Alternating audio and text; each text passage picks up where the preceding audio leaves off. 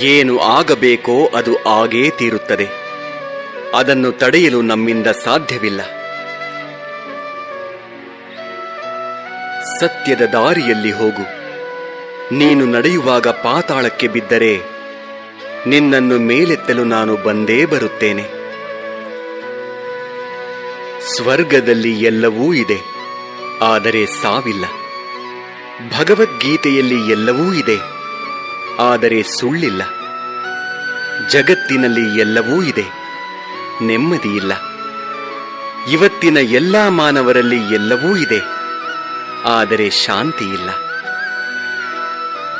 ಮನಸ್ಸಿಗೆ ಮದವೇರಿದಾಗ ಸ್ಮಶಾನದಲ್ಲಿ ತಿರುಗಾಡಿ ಬರಬೇಕಂತೆ. ಏಕೆಂದರೆ ಅಲ್ಲಿ ನಾನು ನನ್ನಿಂದಲೇ ಎಂದು ಹೇಳಿದ ಎಷ್ಟು ಜನ ಮಣ್ಣಾಗಿರುವವರು ಕಾಣಸಿಗುತ್ತಾರೆ.